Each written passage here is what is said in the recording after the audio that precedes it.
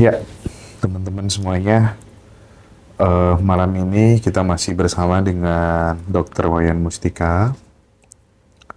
Jadi sesuai dengan banyak sekali permintaan teman-teman di Ngaji Roso tuh Pak Wayan, Ya, mereka minta diberikan langkah-langkah praktis gitu. Artinya yang bisa diterapkan di rumah, yang itu bisa digunakan untuk mengatasi keresahan, mengatasi hal-hal yang bikin mereka tidak tenang gitu.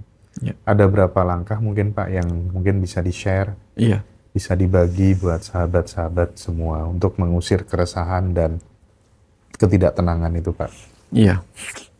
Tergantung kondisi yang dimaksud, Mas. Keresahan itu penyebabnya apa gitu kan. Ada yang resah karena tidak punya uang, ada yang resah karena atau cemas karena memikirkan masa depan yang tidak pasti. Yaitu pada dasarnya eh, untuk menenangkan batin kita, kita perlu mereprogrammingnya, Mas. Reprogrammingnya. Nah, ini yang saya sering sebut sebagai empat doa. Empat doa. Empat doa. Doa yang pertama itu namanya do affirmation. Do affirmation itu berarti setiap malam sebelum tidur, kalau orangnya memang gampang resah, gampang gelisah, gampang cemas gitu misalnya, setiap malam sebelum tidur cukup mengulang-ulang sebuah afirmasi. Misalnya begini, mulai malam ini seluruh tubuh saya selalu tenang, selalu tenang. Saya adalah pribadi yang tenang dan pemberani. Itu afirmasi misalnya. Lalu doa yang kedua, do attraction. Jadi tarik rasa ketika kita sudah merasa tenang itu. Nah, ini yang sering bisa digunakan melalui visualisasi kreatif. Seakan-akan setiap kejadian yang biasanya membuat kita gelisah, resah, cemas itu, kita hadapi tetapi dengan batin yang berbeda caranya menghadapi. Jadi tarik rasa, saya tenang gitu. Ya kalau berhadapan langsung dengan realita kan susah untuk tenang seketika. Betul. Tapi kalau kita siapkan diri kita, nah sama dengan pilot-pilot itu sebelum mereka menaiki pesawat kan ada simulasi. Artinya ada tindakan preventif terlebih dahulu gitu kan? Iya. Jadi simulasi itu kan visualisasi kreatif. Seakan-akan dia sedang menerbangkan pesawat, padahal enggak. Nah, kalau kita seakan-akan di visualisasi kita itu kita sedang berhadapan dengan situasi yang selama ini membuat kita resah, gelisah, cemas misalnya. Atau marah. Tapi kita rasakan bahwa pada saat itu, jika kejadian itu terjadi lagi di masa depan, kita menghadapinya dengan tenang. Itu programnya. Programnya yaitu attraction itu terdiri dari visualisasi kreatif, lalu ada menarik rasa, ya, menarik rasa baru yaitu rasa tenang, rasa berani. Kemudian doa yang ketiga namanya do alteration, lakukan perubahan. Perubahan itu banyak. Misalnya nih, setelah malamnya kita menyampaikan afirmasi dan visualisasi, tentu besoknya mungkin kita akan menghadapi lagi situasi yang sama. Nah, segera lakukan perubahan, alteration itu. Begitu mau marah misalnya, tarik nafas sebentar, saya tenang. Nah, gitu misalnya, saya tenang. Atau perubahan dari pertanyaan menuju pernyataan. Ini berlaku pada orang cemas misalnya. Aduh, saya kenapa ya? Gitu misalnya kan. Dia kan pertanyaan. Saya kenapa ya? Nanti langsung ubah menjadi pernyataan. Saya nggak apa-apa. Nah, saya tenang. Nah, jadi itu yang saya maksud perubahan itu. Begitu dia muncul rasa cemas, saya kenapa ya?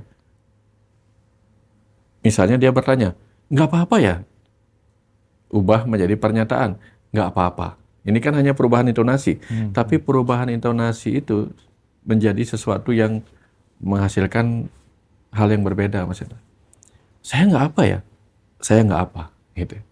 Dia menjadi sebuah perintah, Oke. sebuah pernyataan. Itu the alteration-nya. Ya. Yang berikutnya, yang terakhir adalah do action.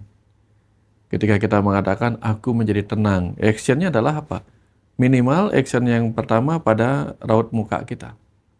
Yang tadinya cemas tergambar dari wajah yang cemas, ubah aja seketika menjadi wajah yang senyum. Apapun, sekalipun itu masih menakutkan, tetap senyum. Karena ternyata senyum itu adalah sebuah cara kita untuk menetralisir diri kita. Karena begitu tubuh kita tersenyum, bagian tubuh yang lain menangkap bahwa kita tenang, kita aman.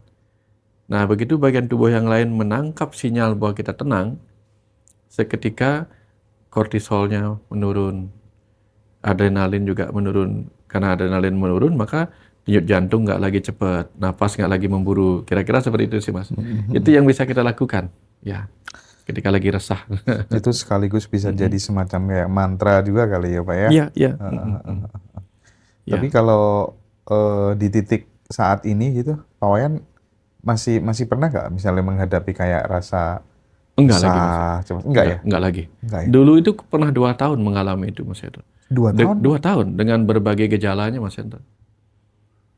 Dalam kesadaran saya sadar saya mengalami kecemasan dan psikosomatik. Saya tahu. Hah? Bahkan saya bertanya-tanya ini saya kenapa mengalami ini ya? Gitu. Itu udah jadi dokter kah? Udah jadi dokter, udah nulis buku pula gitu. Udah nulis buku, udah sering dinasehatin sama bukunya itu sendiri gitu kan.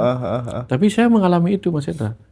Nah, justru ketika itu saya nanyanya, saya sudah mau nulis buku, jalanin spiritual, lah kok saya dikasih begini? Terus jawabannya apa? Udah jalanin dulu.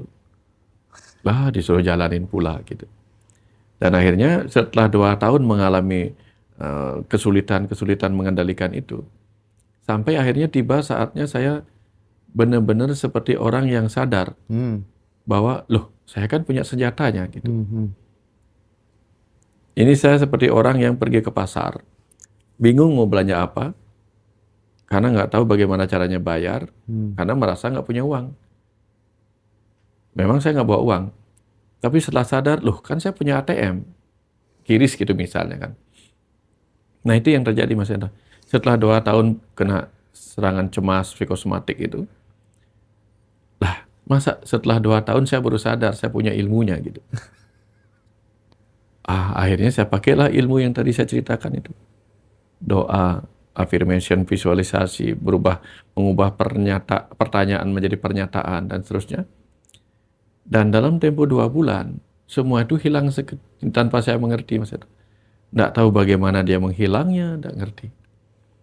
Nah, jadi teman-teman, saran saya kalau memang ingin menghilangkan cemas misalnya, setiap malam sebelum tidur, kalau memakai cara saya, boleh mengatakan begini, mulai malam ini, seluruh tubuh saya bebas dari gejala cemas. Saya menjadi pribadi yang tenang dan pemberani. Saya ulang itu 14 malam. Ya, untuk berbagai gejala saya ulang lagi 14 malam sehingga butuh waktu 2 bulan saya. Nah, ternyata teori itu yang saya tanpa mengerti teorinya saya praktekkan saja. Dulunya saya menyebutnya daya ajaib metafisik. Berbicara dengan kecerdasan yang ada di setiap sel tubuh saya gitu. Belakangan saya baru mengerti bahwa itu apa. Kita hanya sedang membuat jalur baru dari sebuah perintah. Iya Pak, pernah dengar. Nah, jalur baru itu harus dibuat dalam tempo 14 malam. Sama kayak misalnya kita bikin sebuah jalan baru di gunung kan. Pertama tentu merabas hutannya, kedua kemudian meratakan tanahnya, kemudian mungkin ditambahin tanah yang kuat, kemudian batu-batuan, terakhir baru aspal gitu misalnya kan. Setelah aspal baru batas-batas marka jalannya gitu. Nah, hal yang sama terjadi dalam tubuh kita. Perintah pertama itu butuh untuk menggantikan program-program sebelumnya.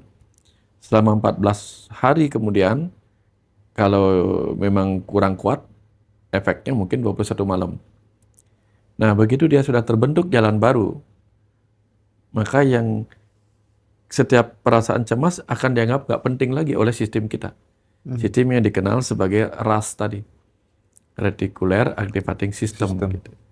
Nah, kalau dia sudah menganggap nggak penting lagi, dia nggak akan merespon hal-hal seperti itu. Oh, Oh iya iya iya. Ini kan sama dengan kita sedang mereprogramming bawah sadar Reprogramming. kita kan sebenarnya ya Pak Iya, ya.